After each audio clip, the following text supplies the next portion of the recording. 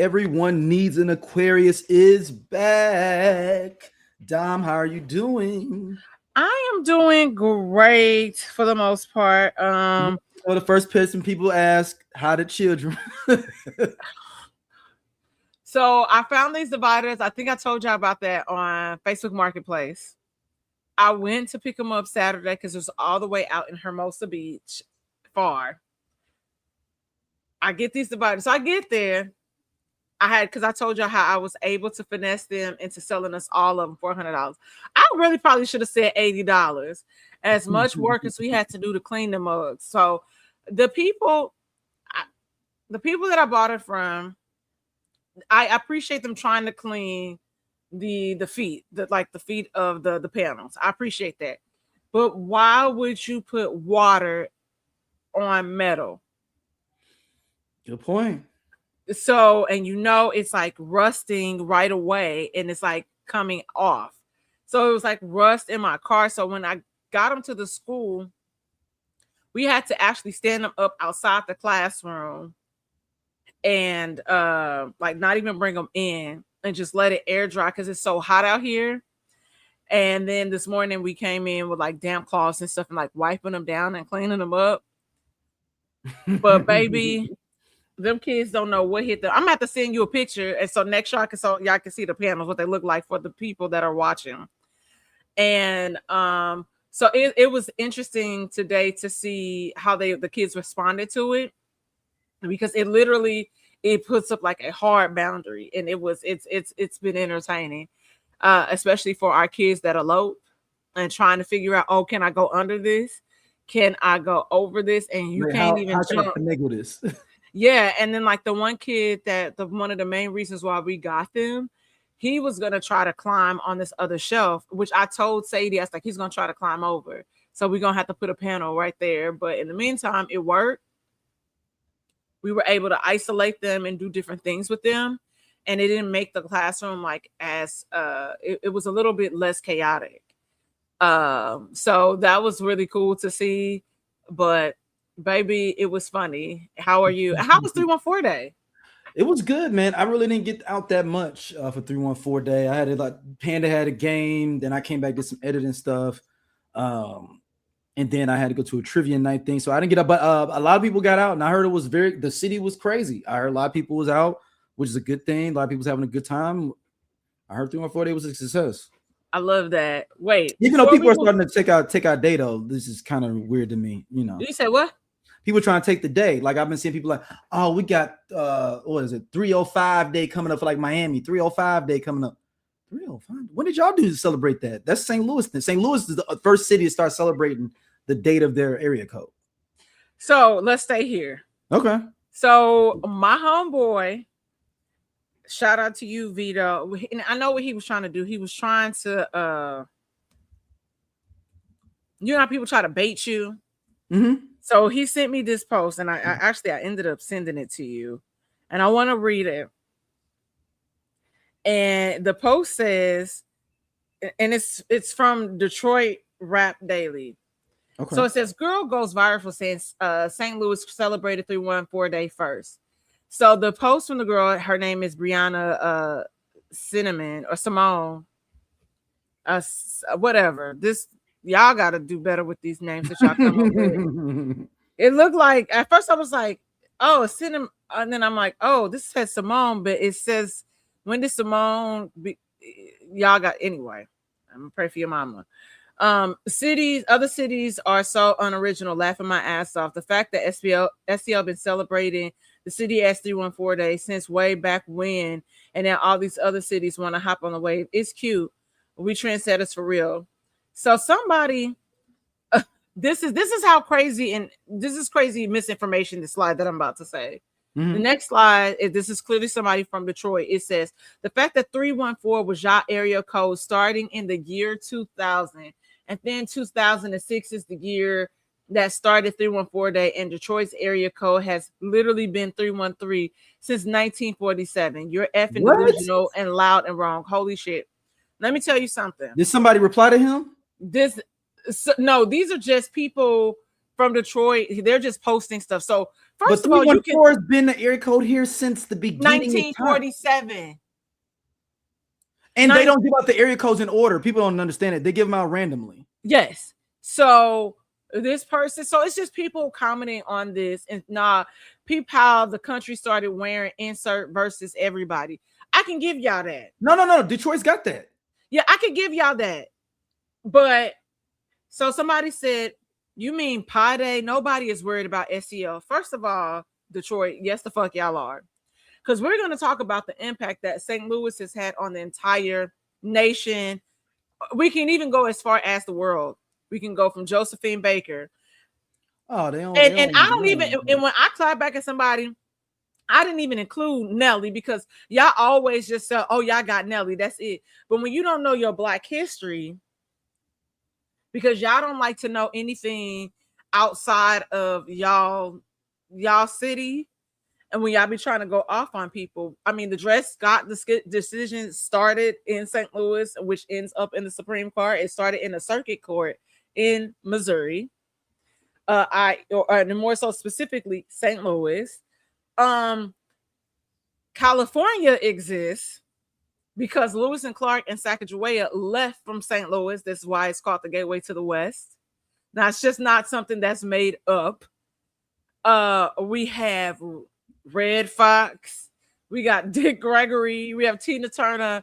We have so many great, dope people that are from here. And we don't take nothing away from y'all. And that be the thing that, that's a little irky, is that y'all try to comfort us when we didn't send for you at all.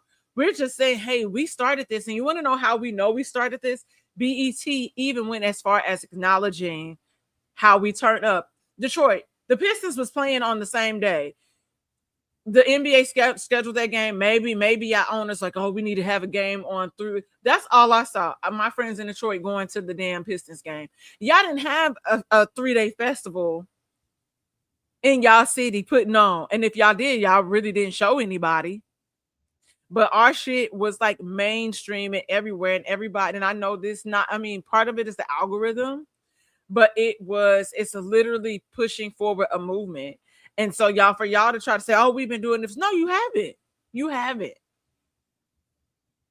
So let us have our shit. And that's cool. And we know that's the thing, because we know that DIP has helped other cities 100%. Cultivate their area code day that they celebrate their city. But and I mess with Detroit.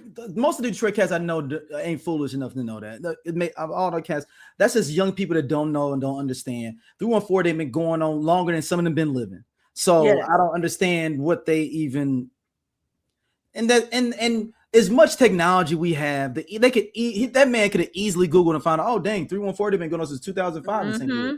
Damn, I'm only 21.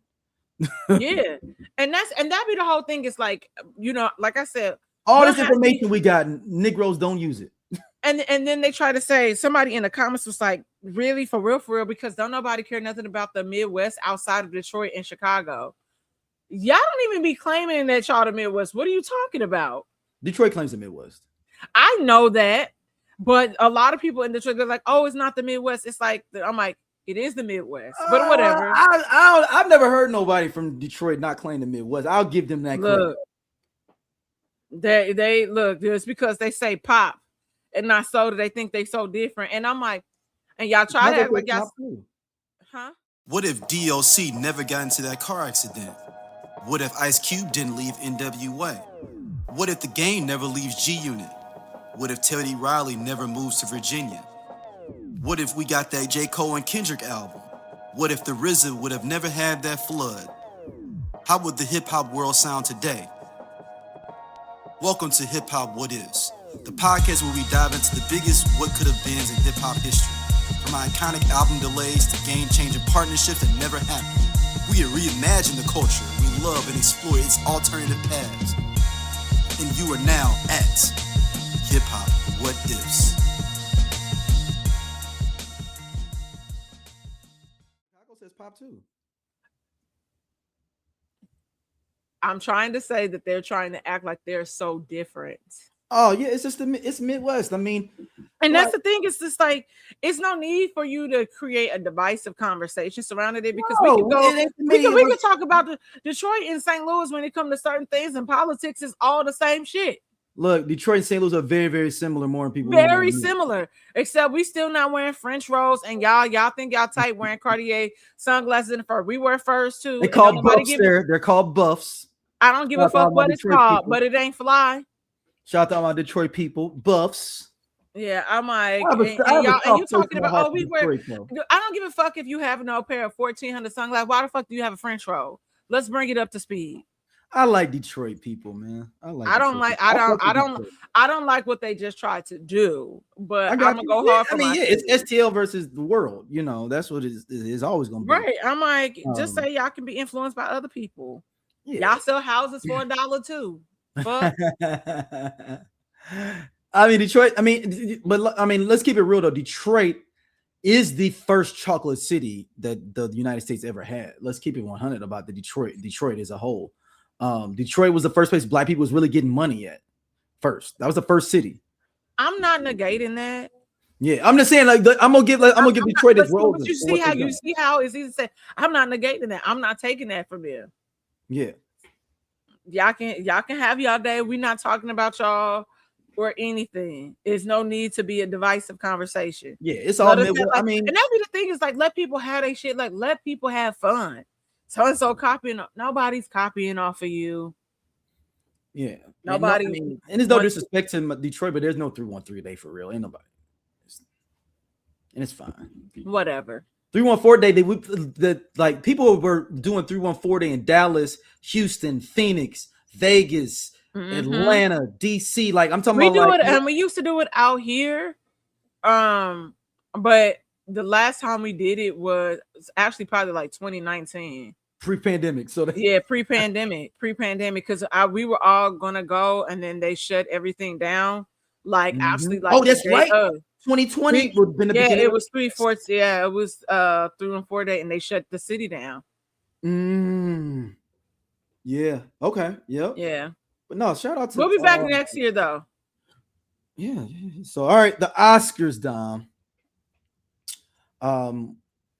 How did you feel overall about it? What did you think? A lot of discourse amongst people about it, with Sinners not winning movie of the year or director of the year, but Michael B. Jordan won for best actor. Ryan Coogler won for best original screenplay, and I forgot the sister's name. I was cinematographer. Her name is Autumn. I forget how you say. I'm trying to see how you. Arkapaw, Autumn Durald Arkapaw, and then Ludwig Göransson won for best original score, and that's his third Oscar for musical. Hey, that means you a bad boy. Yeah, he went to USC. USC was celebrating him winning that Oscar, so that was nice to see. I will say this: watching the Oscars with industry folks is such an interesting. It was such an interesting space to be in with people that are in the industry, and it wasn't a big party. It was just 4 of us, and people spilling tea.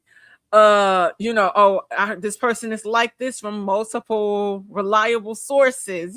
So it's funny watching things like that with industry people. And one thing that was said, because it came up at the actual Oscars on stage, was how they said Ryan Coogler isn't a part of the Academy because he didn't want to have to judge his peers. Meanwhile, his peers are judging him.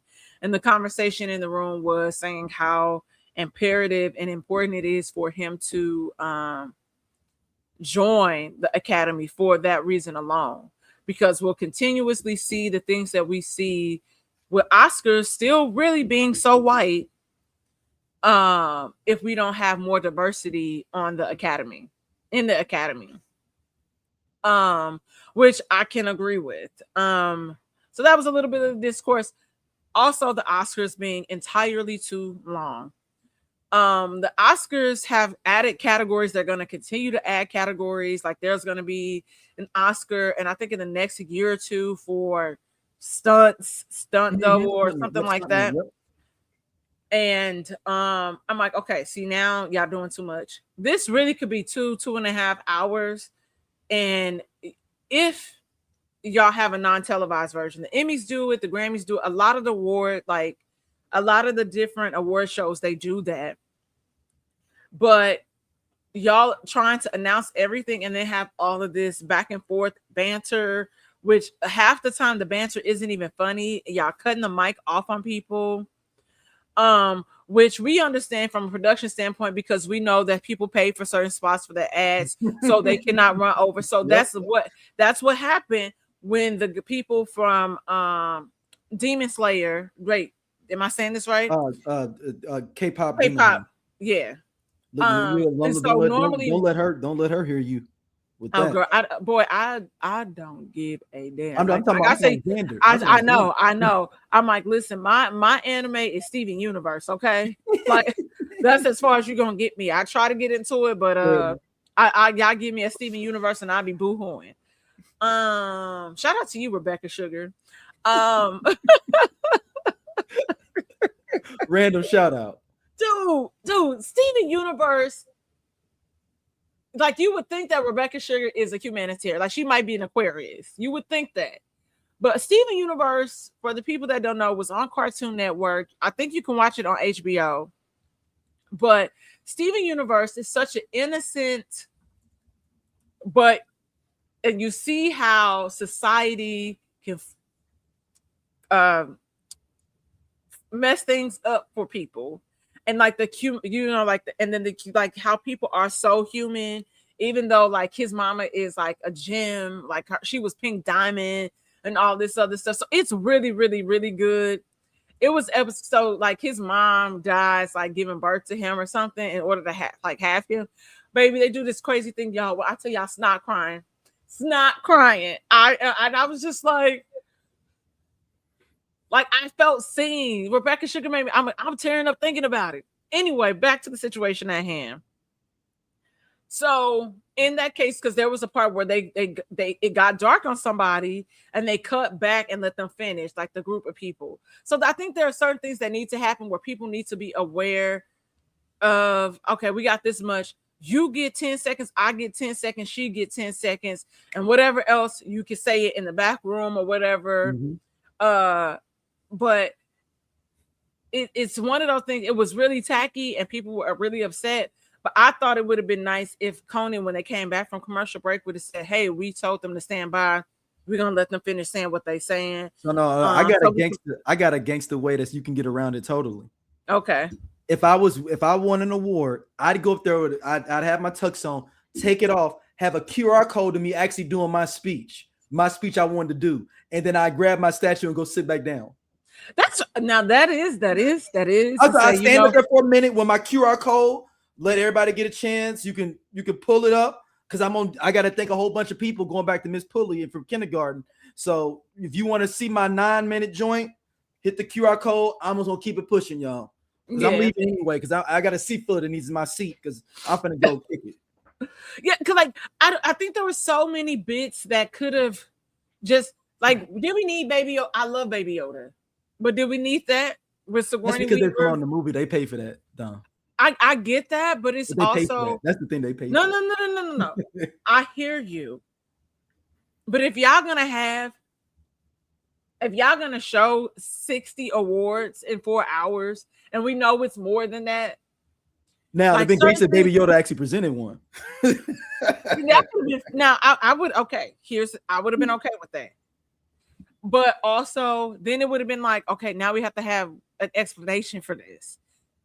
Bridesmaid, what are we doing? Y'all didn't even have everybody. Where's Rebel Wilson? And I didn't know the chick from St. Louis was in Bridesmaids. Who?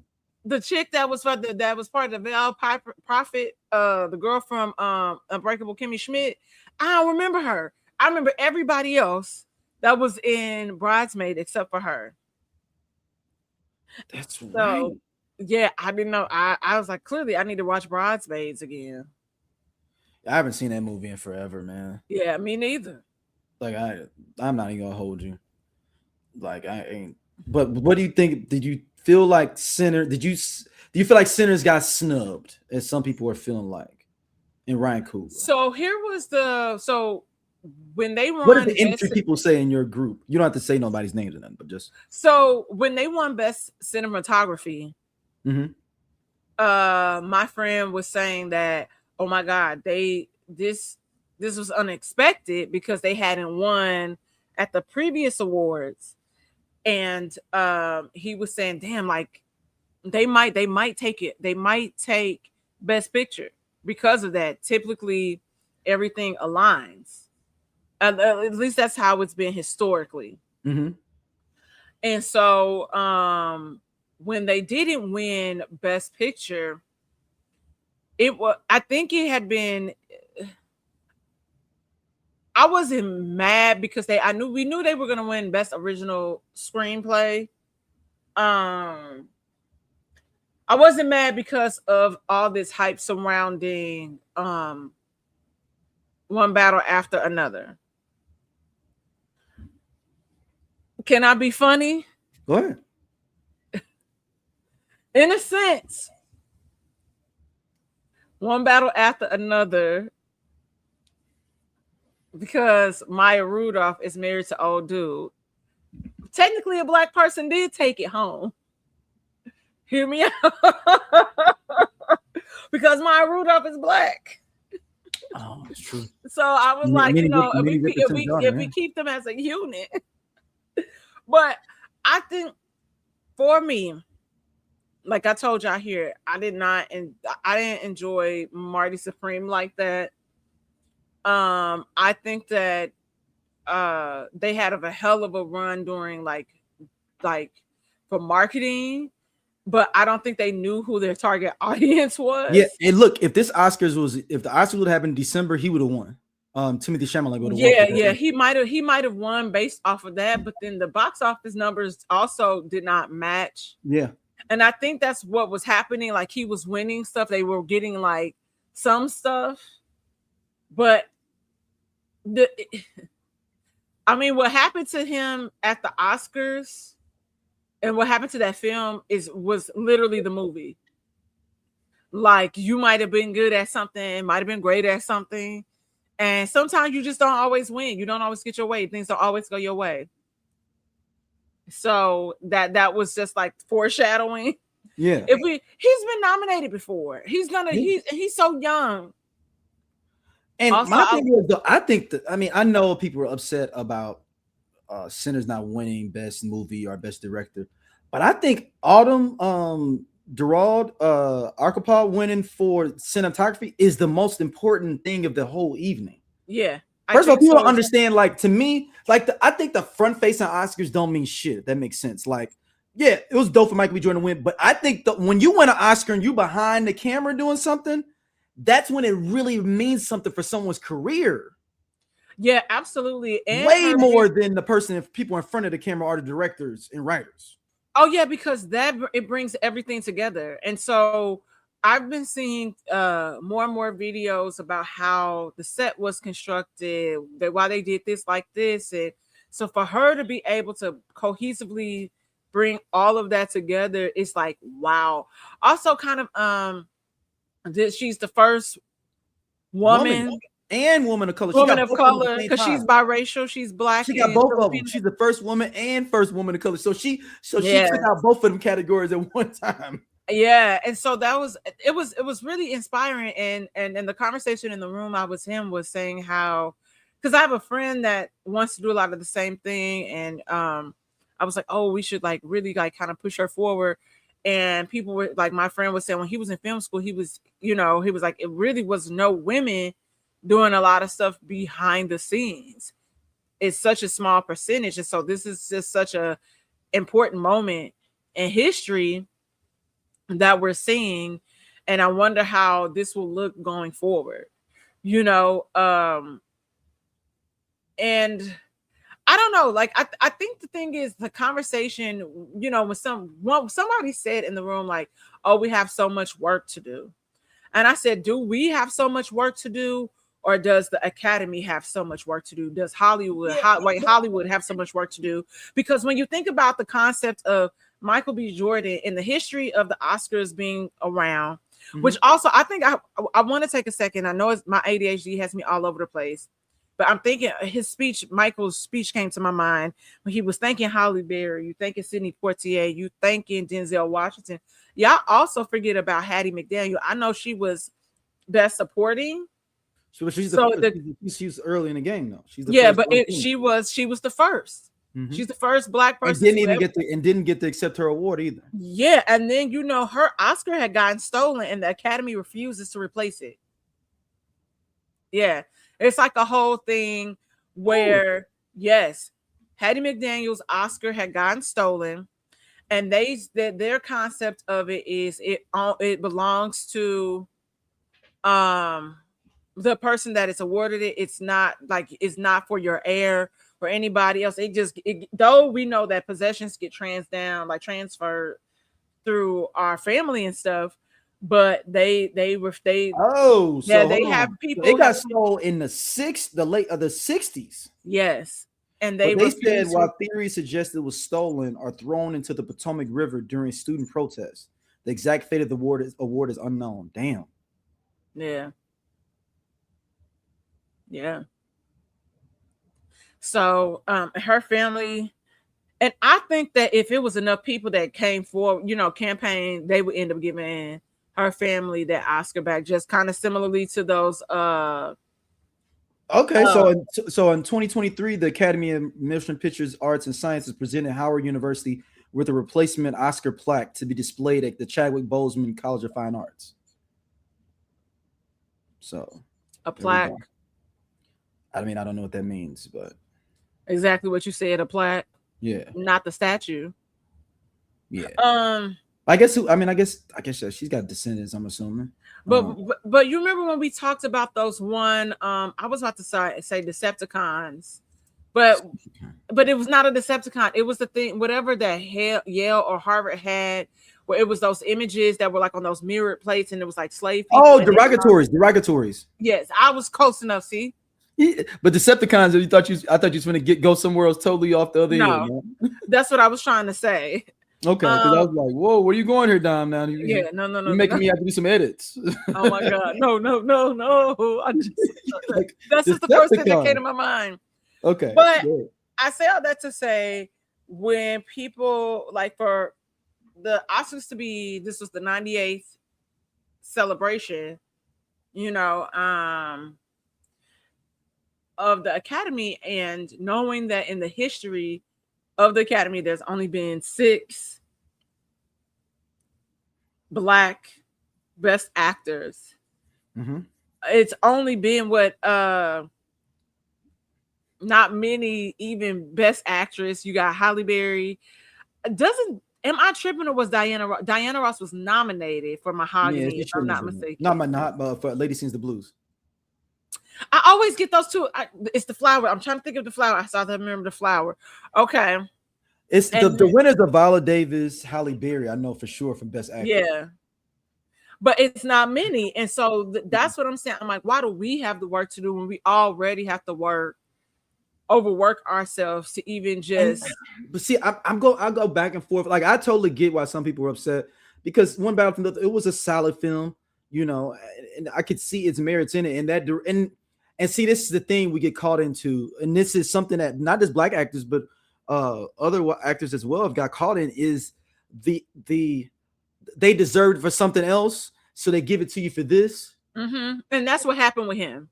Yeah, for 100%, because he should have gotten it for the joint in 07 he did. I forgot the year that Old Country for No Country for Old Men won, and that was and in that director, they messed up not giving him one for something else. It's the Coen Brothers. The Coen Brothers had another movie they did that they were supposed to. So it was like same thing with when Denzel didn't get it for Malcolm X. Yep. Al Pacino got it that year for Sin of a Woman. That's because they dicked them around with The Godfather. Yeah. You know what I'm saying? So that is not necessarily a racial issue. That is an Academy issue. That's an Academy issue. That's what I'm saying. Just we can't be doing these things of like, man, I feel bad, man. We didn't give him the last 4, and those are good movies. We gonna give it to him for because then if does this deserve training day? No, not at all. Ow, my leg fell asleep. I'm sorry. No, you good. But I'm saying, but think about. I know as much as people want to say that it's happened to us, it's happened the other way too. It does. It does. Not happen. as much. My thing is, it's like not as much. I don't like when people say that we have so much work to do as Black people when we already do enough. You know what I mean? Yeah. We're doing more than the next man anyway. You know what I mean? And we thought this struggle was over. Like, what do you think it's gonna be? Just one night, all of a sudden they just gonna start flipping their cards over, and it's gonna be and it'll be something, like Michael B. Jordan is what, my age? What, he 38, 39? Now Cooper's still young. What? Yeah. Now I got a question for you.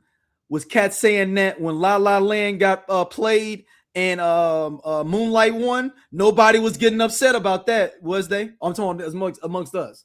Remember when Warren Beatty ass went up there and read the wrong thing? Dude, me and Pharaoh, wasn't they both old ass up there? They both can't read for real. They both up there. Yeah, La La Land.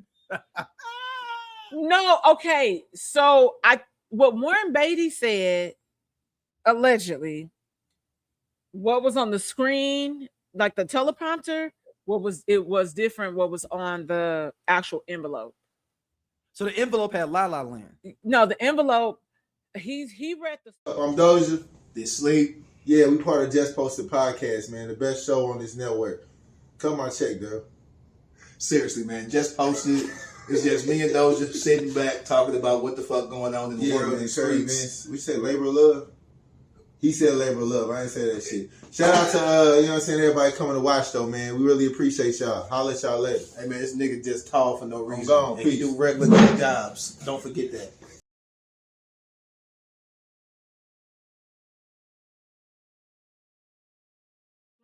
Oh, the envelope had Moonlight. That's why homeboy, when he came up there and grabbed the envelope, because he wanted his memento. Probably, and then looked at it. Hey, and that's gotta suck, man, as the director. You grabbing, you think you're getting a memento or something, you're gonna keep like, yo, this is the envelope of me winning an Oscar. I get the actual thing, and you open it up and it's got a Moonlight in it. Could you imagine if he didn't say nothing? What would have happened? Would the Academy that is dumb? That is a good question. Hold on, everybody on our voicemail box. Huh?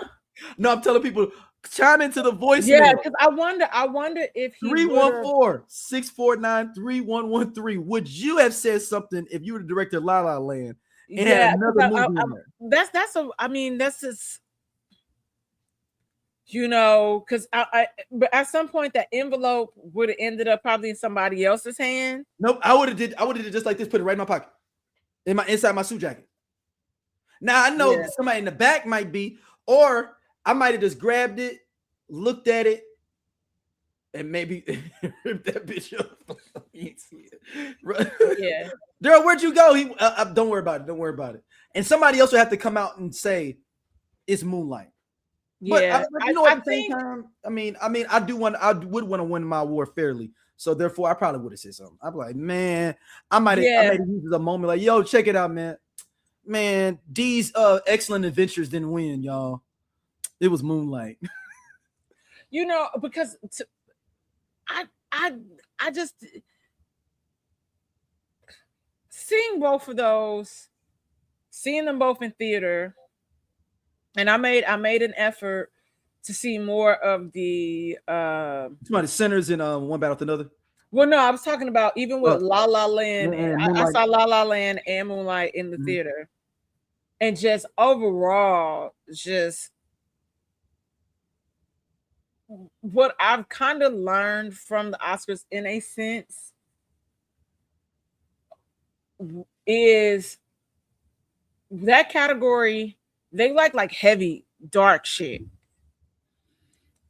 It's like Moonlight is heavy, and it was dark in a sense because you have these two Black kids that are gay. They're not free. And when I say not free, they're not, because we know homosexuality is so taboo and it's an unspoken thing in Black culture. So you have this perspective of this person trying to find their way being embraced by. So it's like that's it's like a And then when I think of even one battle after the next, though, I found that to be. I'm surprised that they don't have. I thought something happened because didn't they used to have a comedic like a comedy best actor in a comedy or something or what? I feel like they used to have stuff like that back in the day because remember Get Out won in the comedy category and it was all this controversy. No, you're thinking about and that's the award before that one because they didn't have a comedy one because he won for best original screenplay at the Oscars. So it was 2 because he ended up coming out saying Get Out is actually a documentary.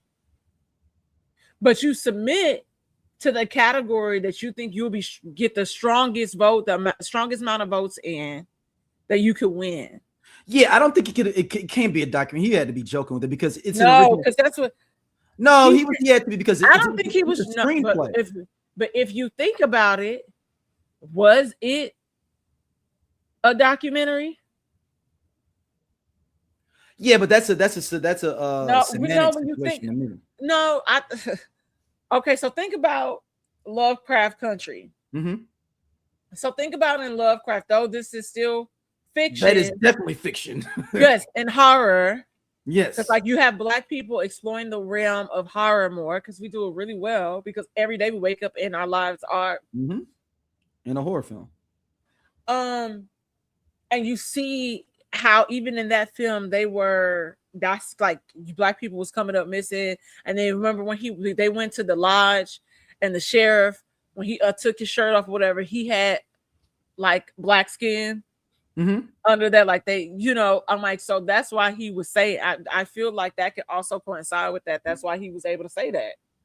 And when you think about, like I don't want to say anything else live, but we know what they do on the black market with our. Yeah. But you. That's like you remember Kendra Johnson. Yeah. That they found in that mat. Yeah. Oh yeah. The all his organs was removed. Mm-hmm. So. That's why I said, was it a documentary? It might have been. But I get what you're saying, but I'm saying but for the categories, you can't even. I mean, because he won for best original screenplay. So, did you want to go in a documentary category? I mean. Yeah. So yeah, it was. But I felt like, and then I seen some people getting mad at Tiana Taylor because she was too hype or whatever. I'm like, so she's supposed to not cheer for her own film? I don't understand what people want sometimes. You know what I mean? Like, I think people want like, I don't think that people. So when we talk about the concept of Black joy, people don't want us to experience that. They don't want us to be happy. They want us to shut up and sit down. But I'm talking about the Black people are mad at Tiana.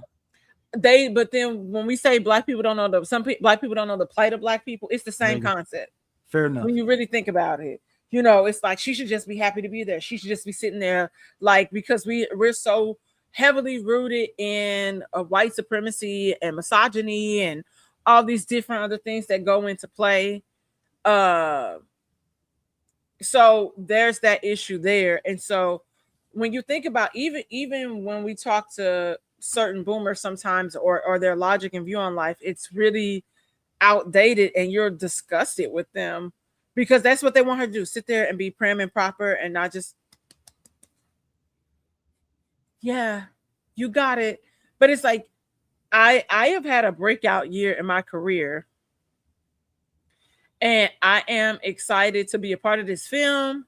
Y'all have already talked about my role being hyper, sexualized and all this stuff, which they asked the director about that. Somebody asked him about that in the press room. And saying that I shouldn't have won a Golden Globe because I wasn't in there long enough and then I was just a whore. But we know Hollywood loves whore culture. We know that 100%. Based on Anora winning because Anora wasn't that damn good, to be honest. Yeah. I'm like, no, this is a low-key kind of terrible, but whatever. Because the girl is a whore and is naked. Yeah, I didn't like So, it. But you said once again, going back to Dark, you're correct. If you add yeah, that one in, yeah. and so it's this whole idea and concept again of it's dark in a sense. Somebody needs to be saved. There's the white savior complex in there as well. Well, not white savior, like the savior complex. And they're like, this girl want to be saved, this guy with this money. So I think it's one of those things where when you think about one battle after the next, the person that really isn't getting their just due to me is Chase Infinity, because Chase Infinity killed that role just like Sean Penn killed that role. Hey, what did you think about him not showing up to the Oscars? He barely showed up to the damn premiere. Did you see the picture of him? He just rolled out of bed. He was smoking at one of the award shows on the side of the stage. They said, I forgot which one it was. He did not want to be there. So now here's my thing about that. I don't think it's fair to nominate people that don't want to be involved. It is clear that Sean Penn don't want to be involved. I think that was the Oscar saying, "Fuck you too, Sean. You don't want to show up. We're going to embarrass you by letting you win and you not be here." And so they tried to one up him, like, you know what we're gonna do? We're gonna name you and show you, which is stupid as hell. It is. Like, give it to somebody else. Like, because I mean, for real, Delroy Lindo did such a great job in Sinners, but also like Benicio del Toro killed that role. Benicio del Toro was so fucking good, man. But also that's the thing, is like, it was so much comedic moments. That's what I'm like, they might need a category that's like that, because I didn't expect to laugh that much, but I did think it was a tad bit too long. I was like, oh, there's some parts I could have cut out. But I did enjoy the ride, but I just didn't. I think it was, I could see how people could be offended by the film and the tropes and the things that come with Black women. Absolutely. I can see that. I mean, that's a further debate. I think also that, like, I know a lot of people's issues with the portrayal of revolutionaries, but I felt that was kind of, I think the real talk, and this is something and people can dispute but this is something I think about when it comes to that movie. If a Black man would have directed that, people wouldn't have as many issues with this. So I think so that's the issue. So it's saying that this isn't his first time, the director. Mm-hmm. What's his name? Paul S. Anderson. Yeah, Paul Thomas Anderson. Yeah. So I'm like, I forgot. Yeah. He did Boogie Nights. He did a whole bunch of shit. Man. Yeah, where Black women are particularly hyper-sexualized, over-sexualized. So it's not been his first rodeo doing this. So I think that's why people are, is this how you see Black women and you have a Black wife? Mm-hmm. So, because I've never heard Maya Rudolph. I mean, I know she's biracial. She's biracial. But I've never not heard her claim her Blackness. Oh, she claims it hella. And her mama Minnie Riperton. I know that. Yeah, no, she claims it like when they did, she was on the Unsung for her mama was the main one on there. So like she was like, like the Black people in my family helped raise me mostly and stuff like that. She talked about it. So that's what I'm saying. Like but that's my thing. And you have a Black wife. So this has been a trope for you. I don't know if that's his wife. That's a whole nother thing. Huh? I don't think they married. I think they're just partners. They've been together for a long time. At this point, she's in the state of California. She's entitled to power. It's true. I forgot what state y'all in. He said the state of California. You already get palimony. If you don't want paperwork and not, y'all married. Yeah, and so ultimately, I think that No, I'm saying because my thing is like, oh, the revolutionaries like that, man. I think that people in that case, we talk about revolutions, maybe romanticize, and keep in mind, I love my revolutionaries throughout history. Everybody know I named my daughter middle name Assata Shakur for a reason. But I think we also romanticize the revolution in general, and there were people that were like Tiana Taylor that were in the revolution. Oh, I'm not. There were people that snitched, but I don't know. There were some people saying like, "Oh no, the revolution wasn't like they made." No, it was some snitches. You know, it was some snitches in the revolution. You know, some people that act like Tiana Taylor's a villain in the movie. Yeah. She's a villain. Yeah. Let her be a villain. Villains are not supposed to be look good. They're not supposed to have a great palette put upon them. You know what I'm saying? Like, that's my only thing with people's critique of that. Because you don't talk about how Chase Infinity is out there. She's the damsel in distress, but then becomes her own hero at the same time.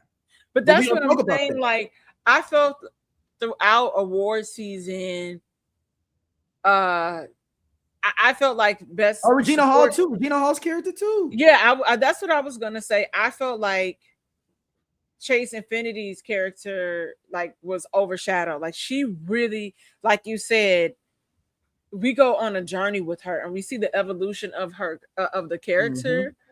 And so whereas we just because for me, when she was, I was happy she won a Golden Globe because, like, Black, root for everybody Black, but also I was like, Chase could have got that. Like, that could have been for her, just seeing, because she stuck around for a while, clearly, and then you had the plot twist, and then all these different things that happen. It's so funny. I feel like Leonardo DiCaprio was used as a not scapegoat. It was it wasn't even about him for real. He was just the slapstick humor of all these other different things going on around him. Yeah. No, but that's what I'm saying. Like, because you see, like, Benicio, that's what I'm saying. Like, Benicio, he was great, man. He was great in there, man. Nigga. Like, I will watch that simply again, like you said, for Regina Hall, Chase Infinity, and Benicio. But Benicio kills everything. Everything. That Wes Anderson film that he did last year was thoroughly underrated. And it was Phoenician something. And Scarlett Johansson is in it, but that was the Phoenician Scheme or something. But that was the Scheme. Yep, the Phoenician Scheme. Yeah, it was but it was really good. Everything that he does, he's really, really good in. And so that's what I'm saying. Like, like you said, people making up for stuff. So just like the whole thing with the woman from Weapons winning an Oscar. I don't recall Weapons really being nominated for anything else like this award season. So that kind of blew my mind. People love Weapons, though. But then they were saying that she had not been nominated for an Oscar since like 1986. That's the last time she was nominated, and she's like 76. Yes, I have my qualms with Weapons, but also but when we talk about that and people getting shortchanged because, we have to make this up because this person probably really should have won, but we gave it to somebody. I don't like the politics of that. That's fucked up. That's whack. Because, like I said, Chase Infinity killed that role. And Gladys, it was cool. But I mean, I get it, but I get people upset that Sinners didn't win because Sinners meant a lot, and it means a lot. It's a great film. The awards it won, I would say it's a push. Like, it was like, I'm not expecting the Black film every year to win it all. And Ryan Kiki got so much more to do out here. Let that man have his history of him and Michael B. Jordan. Like, now, Michael B. Jordan didn't win. I might have thrown over some tables. The fact this Negro played two different characters, and I thought it was two different people. He played 3. I was right. That's right. Yeah, because he played the vampire version too. But I'm saying, I forgot that it was the same person playing both after about an hour. Yeah, that's amazing. If he didn't win, that's why Timothée Chalamet should have known it wasn't going to be. He wasn't going to win. And here's the thing: is people think that Timothy didn't win because of his remarks about like the ballet and theater. I'm like, the votes was already in. Yeah, no, like this was a week ago. Like, no, the votes was already signed. Still to deliver. You saw him play 2 people, and you saw that trailer with 2 people. You should already know ain't nobody winning this year but him. I knew that immediately when I saw. I was like, "Yep, wrap that win up." I think it's the discourse. I always find the discourse surrounding our films and from our people always interesting because, like, but also I'm always the person that's like everything ain't for everybody. But I also kind of side-eye people when they have like, oh, the smoke is clear, let me say something negative or whatever. I was like, okay, Instead of praising for what they got, though. I mean, yes, we can have a critique and be like, Dan, I thought that shit. Well, we talk about in our shows all the time when it comes to music, you know. Yeah. But I'm not gonna be like, oh man, yeah, Senate, this sucks. The Academy, blah blah blah blah blah. But we sitting there with 4 awards five. Was it four? Four awards. 3 of them given to Black people that had never won before. Yeah. I'm like, I might have to watch Sinners again tonight. Yeah. It's so good. Mentioning someone else, watch it with closed caption. Somebody else is your boy Jack Harlow. Have you seen Jack Harlow is blacker now? Hold on, let's let him tell you for himself. Rappers are afforded more freedom to change their genre. True or false? I might have to think about that. I'd like to hear your answer to Joe's question, but also then talk about what I feel is like the radical twist of what you have chosen. Well, I'll piggyback off what John's saying. John's saying you didn't retreat into a whiter genre. In fact, you arguably went deeper into I got blacker. Black music. Yeah.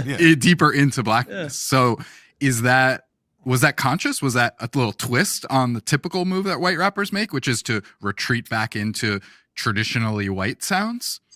It certainly made what I already wanted to do even more appealing. Mm-hmm. Absolutely. Because you like pushing that boundary, that line? I think I love Black music. I love the sound of Black Who music. among us? Yeah, I love the sound of Black music. Yeah. And of course, I'm hyper aware of the politics of today, that safer landing spot that a lot of my white contemporaries have found. And of course, it appealed to me to do something that I felt like at a time when there's plenty of people expecting me to take some of the routes y'all are taking. Yep. To take the route that not only might not be expected, but is also the one I genuinely want to take. So all the stars aligned in that way for me, to be honest. I'm not going to pretend like what you're talking about. All right, that's enough. Dom. He's got, it's an R&B album. His new album is an R&B album. So Did you listen to it? what you think? Hell no. That's I still gotta finish Lemonade. And that's no disrespect that I'm saying that. I'm just saying, like, I got more than music I need to be doing than checking out Jack Harlow. Now, I do need to call Robert Glasper to the floor at some point. I don't know. He's on here on 2 songs. So I don't know what's going on there. I need Robert to fix this up for me as soon as possible. He's one of my favorite musicians. I just need to know what's going on. But continue, Don. Have you heard the nicknames for him while you get your thoughts together? I have seen the memes, but I just wasn't. I was just wondering what happened because I didn't know he dropped a project. I don't know a Jack Harlow song. What is that the Vanilla Baby dude, or is it I've never been the same? Remember the song? Did you remember the song with what's $1 Million Baby? Is that him? No, that's not him. No. That's Richie something, Richie Money Rich or something like that. No, Jack Harlow is the one. He's the dude rapping on the what is it, dude? Where he was the dude that did Old Town Country, Lil Nas X. Remember that song he had where he was twerking on the devil and all that, and he was in jail and stuff. So there's a video. Yes, Jack Harlow's in. He's the rapper on there. He's rapping on there like the featured rapper on there. Oh, on Montero. Montero's a song. Yes, there you go. Okay. I've seen that video. I don't remember Jack Harlow. Yeah, he's in there. I'm not shitting you either. Like, I'm not playing. I don't remember Jack Harlow in that song. Yeah, he's sitting in there rapping in the I'm Doja. This sleep. Yeah, we part of Just Posted Podcast, man. The best show on this network. Come on, check, girl. Seriously, man. Just Posted. It's just me and Doja sitting back talking about what the fuck going on in the world and the streets. We said labor of love. He said labor of love. I ain't say that shit. Shout out to everybody coming to watch though, man. We really appreciate y'all. Holla at y'all later. Hey man, this nigga just tall for no reason. Gone. And he do regular day jobs. Don't forget that.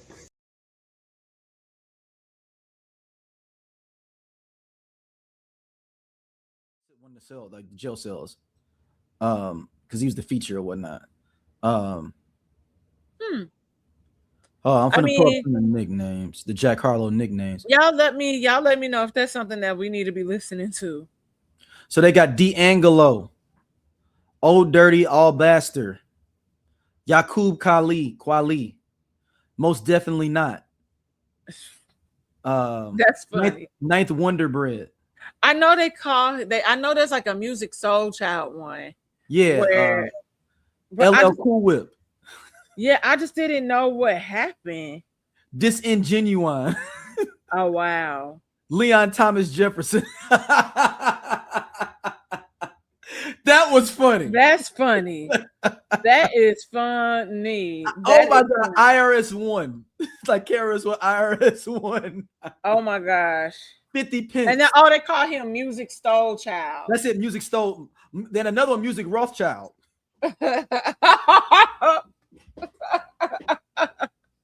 Yeah, it's De La Stole.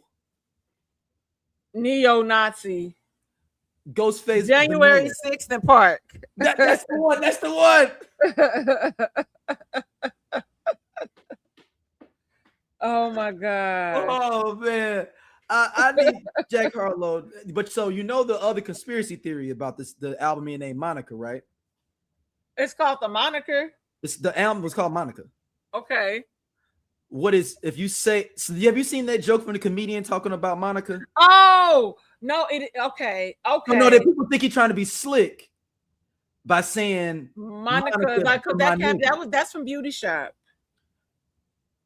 So Kevin Bacon. Is that the dude from Beauty Shop? Because I saw the stand-up the dude's talking about when he first came to America, they kept calling, he thought people calling him Monica. Yeah, no. He okay, found so out that he was saying my nigga. Yes.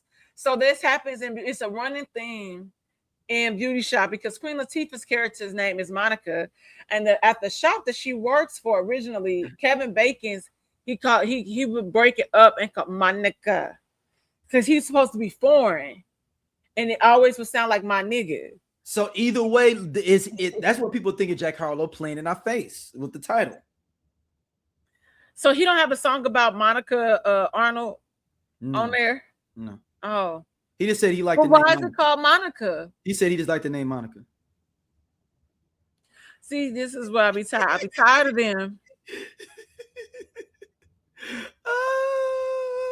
I'm like, in the words of the Muppets, who do you think you're fooling? Yeah, right, sure. I love the Muppets, by the way, y'all. I have an undeniable love for the Muppets. Wow, it got 1.5 stars by one review. Rolling Stone gave it 3 out of 5. Wow. That's not so good, my friend. Yeah. Then some other ones, somebody gave it an 8. Jesus. All right, I'm still not gonna listen to it though. But I'm like, yeah, I'm not gonna listen to it. I mean, that's just I didn't even know. But it's the thing of, I guess this thing is Jack Harlow's got a. There's nothing wrong with being a part of the culture of blackness, or just hip hop culture, black culture, whatever you want to call it. But don't be playing our and we know you trying to be funny with the Monica, if that is true. Because that joke has been everywhere, the Monica joke. So therefore, somebody had to tell you. So I was like trying to go to Spotify. Look what popped up when I opened my Spotify. Oh, they trying to force it down your throat. They trying to play me. No, dismiss. All right, come on, man. Monica. My nigga. Oh, okay. But Jack Harlow is one of the guys, man, that I might be cool, would be cool with him if I met him. But he just feels like the stereotypical. Even B Rad was actually kind of real about his at the end, Malibu's Most Wanted. But it gives me that, even though I know he's not Malibu's Most Wanted, he's from, I believe, Louisville, Kentucky. Malibu. It's just not a good look to me. The way you talking about you got blacker, you went blacker. Just say you went more R&B. Why'd you have to say more blacker? I went deeper, or I immersed myself more into the culture because I have an undeniable love for it. Like, that's how easy is that to say? Or just saying I got more R&B. It's an R&B album. You're a rapper. Yeah, and then that's what I'm saying. Like, but people, words mean things. Like, shout out to you know what? Jack Harlow wants to be Mac Miller so bad. That or Justin Bieber, because Journals is still about. No, I say Mac Miller even more than Justin Bieber. Okay. Mac Miller, people accepted Mac. He was He was just a regular white boy that did rap, and he understood his boundaries, but he hung out with black people and white people. But Jack Harlow wants to be accepted like Mac Miller was. Yeah. I'm telling you. Okay. Just the way he moves, and he may not even care that somebody's thinking about, but you could tell the way he moves. Like if somebody's like, "Man, dude, you kind of like the next Mac Miller," he put his smile to come on his face. Like, yeah, that's what I that worked. makes That's sense. what I tried to. That's what I was working for.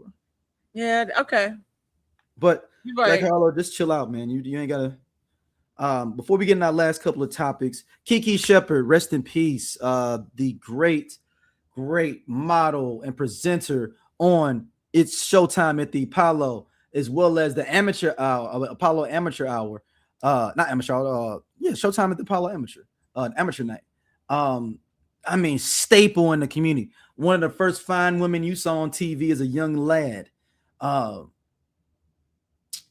She passed away at 74, I believe, 73, 74.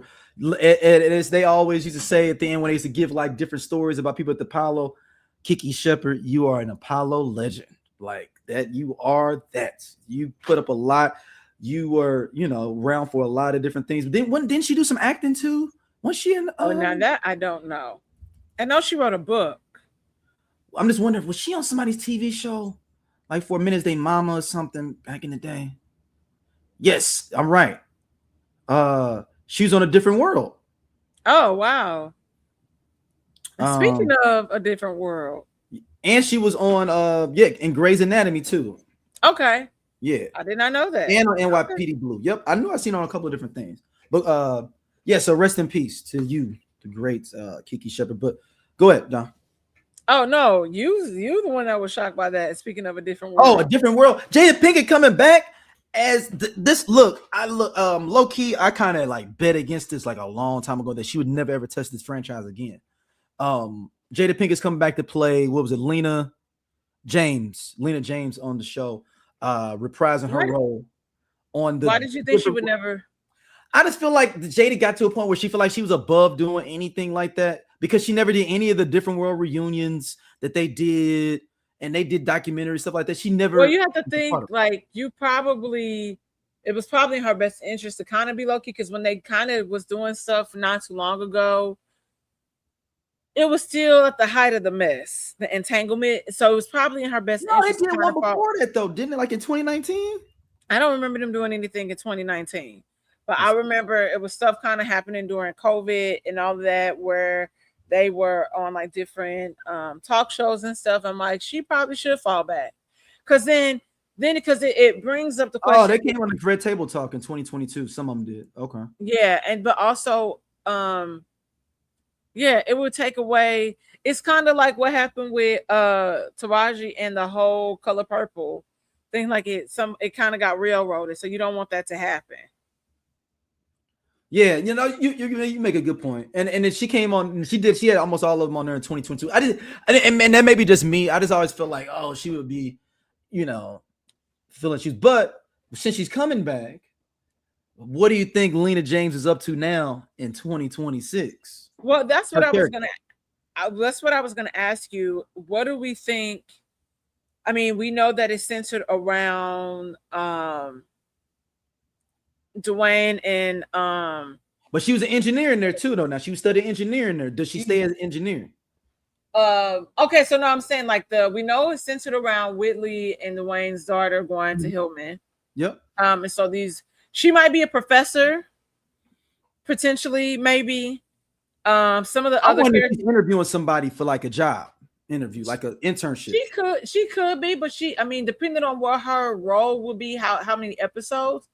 It could be something as simple as one. It's one. Come on now, Jada ain't coming. But she might be a professor, and somebody dropped the class. Yeah. Or she could come back for a speaking engagement because it seems like some of the original cast will be popping in and out. Everybody's back just about now. Everybody's back. Everybody's back. She was like the last one that hadn't signed on. Yeah. I would like her to be an engineer doing interviews. Oh, I got the plot now. Okay.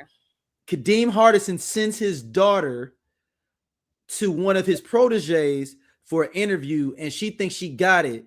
just because her dad is cool with her and it's Jada Pinkett. And she somehow fucked it up. Okay. And then some, you know, there's got to be some way that she has to figure it out to come back, get back in good graces with Lena. But I think that he's gonna be like, oh no, I got people over there at Hewlett Packard. My students, ex-students, Lena, holler at her, hit her up, or maybe she don't hit her up. You know how kids be like, oh, you're supposed to hit up somebody, and they'll never do it. You know, maybe this is one of those situations, and then you know he see her out somewhere, or now I'm developing the plot, or she lies and says she hit her up and she never called her back, but she lied about it, and then Kadeem sees her. I'm like, dude, why you ain't hit my daughter back?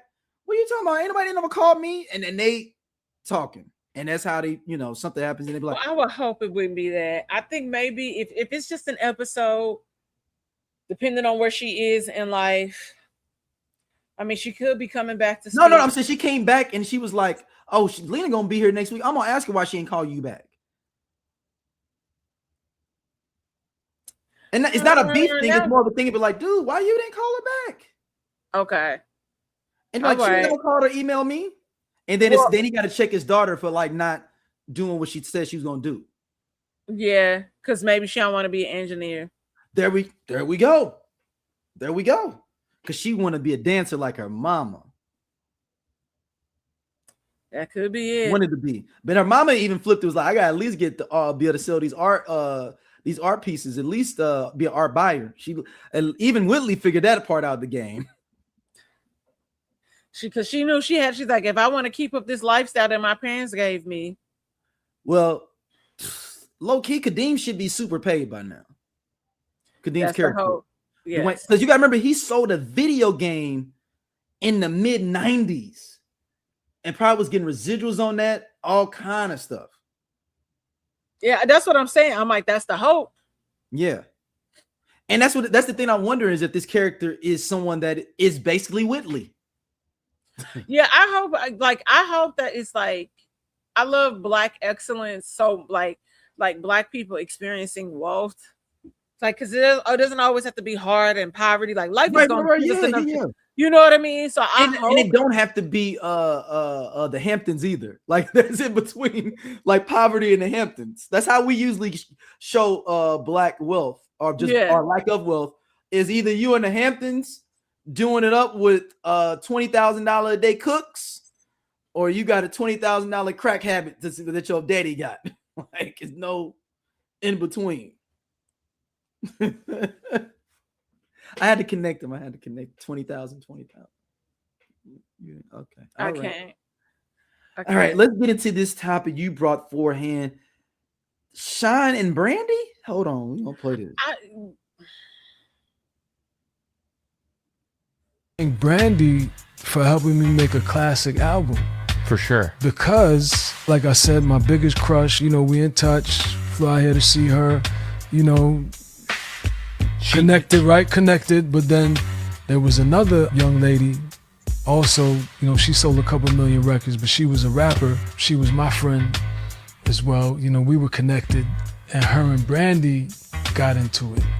Oh. They got into a little, you know. Over you? Right, so. Brandy, in the art. Hey, hold on. He said, that's how you know it's an old school dude, right? And he just kept going, what he gonna say? Said, quote, "It bothers me that African-American girls get on their albums and call themselves hoes and bitches. I don't like that. I don't want to put Foxy out there by herself because a lot of people do it, but I have a problem with that. Why are you calling yourself a hoe? To go platinum?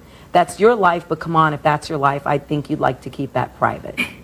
In response to that statement, I think that was way off. Number one, I don't get in records calling myself a hoe. Number one, I don't do that. I mean, yes, I have explicit lyrics, but if I don't agree with what Brandy does, what she does to sell records is what she does. I might not think her popcorn schoolgirl image is cool either, but I would never comment on that. I respect everybody for what they do and how they make their money. Right. So. She called me, cursing me out. I don't even know who you think you are. You're nobody. You ain't even sell one record. Like, I'm Brandy. What's wrong with you? And that hit me like an asteroid out of space. It put a battery in your back? No, to it get in that hit me studio? like no one will ever talk to me like that again, but I needed to hear that. Because I was living it up too much, focused on the pop divas and the rap divas. And You was outside doing your thing, man, living your dreams, like you said. All right, done. Okay. Brandon low-key was outside. You said what? Brandy was low-key outside, you know, because we know the We're drama. learning that more and more every day, huh? Yes. You know, the drama between Wanye, who had no business dating her, which made sense that he was dating someone like Adina Howard because she's more, you know, she was older in age and everything. And Sean, and because my first thing was like, okay, how old was Brandy, you know, Foxy, Sean, all of them around the same time, even Mace. Mace is 50, Brandy's 47, Sean is 47. Foxy being around the same age. I love that Foxy was like, oh, you saying so, oh, so and so said, no, I'm calling her out. I'm just gonna say her name. But also, you know, Foxy's only 47. Yeah, that's what I'm saying. Yeah. Sean is 47, Brandy's 47. Yeah, I and was Mace like, is they both 50. they're close to my age, so yeah. Yes. So my first thing always, because we just know of the underage inappropriate relationships that be happening, and that was very prominent and prevalent in the 90s. I was like, how old? Because he always presented older, and maybe it was because his hairline was not the best. You talking about Wanye? Shine. Really? Yes. Yeah, like, yeah. His hairline. And also him cosplaying as Obama is like wow. Like I'm like, who am I looking at? He looks like Obama. I mean, he's a politician. I know, no, but I'm just saying he looks like him in the face. Like, oh, I got you. I'm like, no, I know that, but I'm just saying, but it's just interesting to see all of this discourse as we learn more and more about Brandy. It kind of make her not likable to a certain extent, but then her mama was on her, so she got outside. She got outside. Yeah, and so, you know, or was it that it was in our forefront, but we just don't have social media? We didn't have stuff like how we have it now, so all of this stuff is just now new information. But I think it's just interesting, just like the discourse surrounding Brandy. It's so funny. And like you said, like her mom was on her, so I know she has her own things, her own issues, because I know like the whole drama between her and Ray J and them, she felt like her family played favoritism to a Ray versus her, and she had a lot of pressure to be, you know, because I'm the breadwinner, like I have to provide for my family, I have to do all this stuff. So I can imagine being a young kid and, you know, trying to segue into adulthood, how all of that plays a part, because we think about her having the baby out of wedlock, lying about it, you know, on Oprah, and then she said that's kind of where her career just, you know, took a slump. Also, then hitting the young lady, killing the young lady with her car. So it's like all these different things that happen. And it just seemed like she could just, and she has amazing albums still, you know, but I don't know if it is the market being so heavily saturated. But yeah, I don't know. Like Brandy's just interesting. And she's an Aquarius. I know. But that's how you know I know she was outside though. Yeah.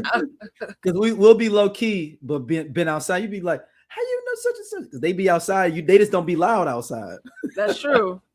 You ain't gotta tell everybody I'm outside. Like you some people gotta be like, oh yeah, it's Brandy in the house. Like I'm just in the house. Yeah. No, that's true. I guess you're right. I'm looking back over. She could have been up in the tunnel and everything. She just didn't tell nobody. Yeah, that's interesting. And so I guess that was like kind of like a little podcast. We definitely discuss healing. We discuss aspects of psychology. We discuss like, you know, you becoming the best you, mental wellness. For sure. Health. Femininity, parenthood, dating. Definitely dating. Single parents. And it's from a lens of two psychologists, you know. Yeah. So, but also two people who grew up like with both parents, married parents, and then like you all know that Chloe and I are the youngest of our crews, like her siblings and my siblings. So yeah, so it's from that perspective. Yeah, looking at life through that lens. Yeah. So you're gonna get a whole lot of things from us. From us being women, going through life as parents, and all of these awesome attributes. But yes, womanology, the study of women. The study of women. I wouldn't even say a love triangle. I would say a love square, because like I think Mace even had a thing for Brandy. Yeah, Mace, and you had what you call it too, Fredro Starr allegedly too. You know. Damn. So what is that? A hexagon? No, that's a. What's the one with the 5? That's that's a hexagon. Yeah. Damn, girl, the love hexagon. Or pentagon? Maybe it's a pentagon. I don't know. I thought pentagon was 6. I don't remember, man. I did horrible in geometry. I'm not even gonna hold you. I was better at algebra and calculus and stuff.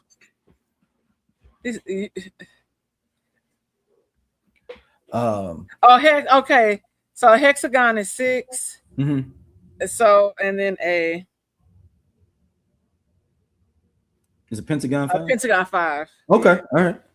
I do remember a little bit. I wasn't sure though. I wasn't confident though. Last up, BT Plus and Tyler Perry has been sold. Now we can talk about it now. Me and Dom have been sharing the BT Plus account for 2 years. Since they finna sell this shit anyway, it don't even matter. No. Yeah, you know. So now I gotta get Paramount Plus. Then I got Paramount Plus on the radio. You can just use my log. Okay, that's fine. Because like I had the BT Plus, you know, and then I was using HBO, but now I'm on my daddy's. So because it kept kicking me out of yours. So that's because because Xander and Lexi be on it at the same time and only let you log in with like 2 people at a time, I think. Oh, okay. Xander was I would be so late, but by the time I would watch it, I would think that Xander will be in bed. But it's in the summer. If it was in the summer, Lord knows she could have that tablet all night watching something. Oh Lord. But okay, so there's an interesting discourse surrounding this, because you know, of course, the blacks are like, oh, we can never have nothing. Well, Bob Johnson sold this back in. And it was only a piece. So he only had like a piece with BT Plus, right? Tyler Perry. He just had, and he was like a minority shareholder, right? You know, I don't know what that deal was, but I know they did play a lot of Medea. I know that he has like 4 or 5 shows on there. So I'm not sure, but also look at when did Bob Johnson sell to Viacom. I thought that was 2000. It was around no. So it had been maybe 02, because it was after 106 in Park with Free and AJ was on there that they sold, I believe.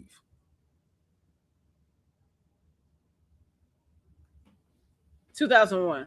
It's 2000. So Free, right Freedom was still there. They were still there. But I know they had started already, is what I'm saying. After it was after they started. So when we think about, so let's start there. So it already ain't black owned. But then I think that wasn't it something they were gonna, didn't somebody know? I'm trying to think, was that BET or was it Revolt? That's 25%. Tyler Perry only had 25% of BT Plus, not the full BT, just BT Plus. So my issue with BT Plus was this. You want people to buy in to BET Plus, which I did, subscribe, all this stuff. I had an issue that some of the shows, a lot of the shows that were on BET were not on the app. I agree.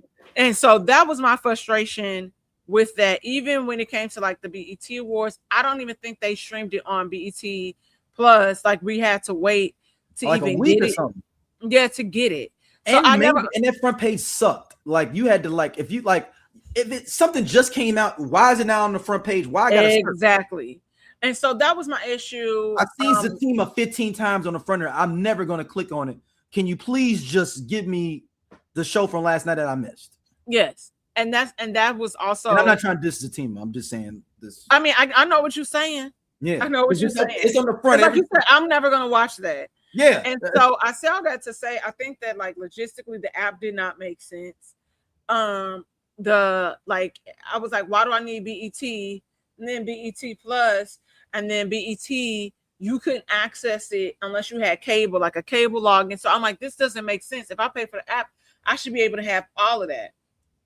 And so the other thing that, you know, why it could be potentially a great deal in hindsight, it could potentially be that, okay, we're all merged under, I think, of course, it'll be a subcategory because they're not just going to put the stuff up on there. It's going to be a subcategory on Paramount.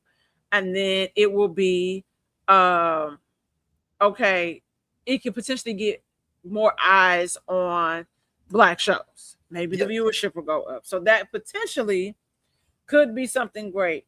What I also hated is every time it would log you out. I haven't even watched Miss Pat because I'm tired of logging in. and it don't keep you logged in. It sucks. Like, doesn't matter. I don't like having to log in all the time. At this point, I kept BET Plus for you and my hunger. And what's is I have to go back to 3 years ago to get the password you gave me originally because it won't save in the goddamn thing. I'm saying. So it's that was the thing that's frustrating. So I think I wonder what they're gonna do, because are they gonna, with this merger, are they going to, is it, because I can see where people say, okay, this is where Black television goes to die when things like this happen. I don't know if that's the case, because we still have people that have cable that don't have streaming, you know, and let's keep it a buck. At this point, we might as well go back to cable, because we paying more for all these apps and how they keep going up individually. We might as well go back to network television, you know, cable and all of that.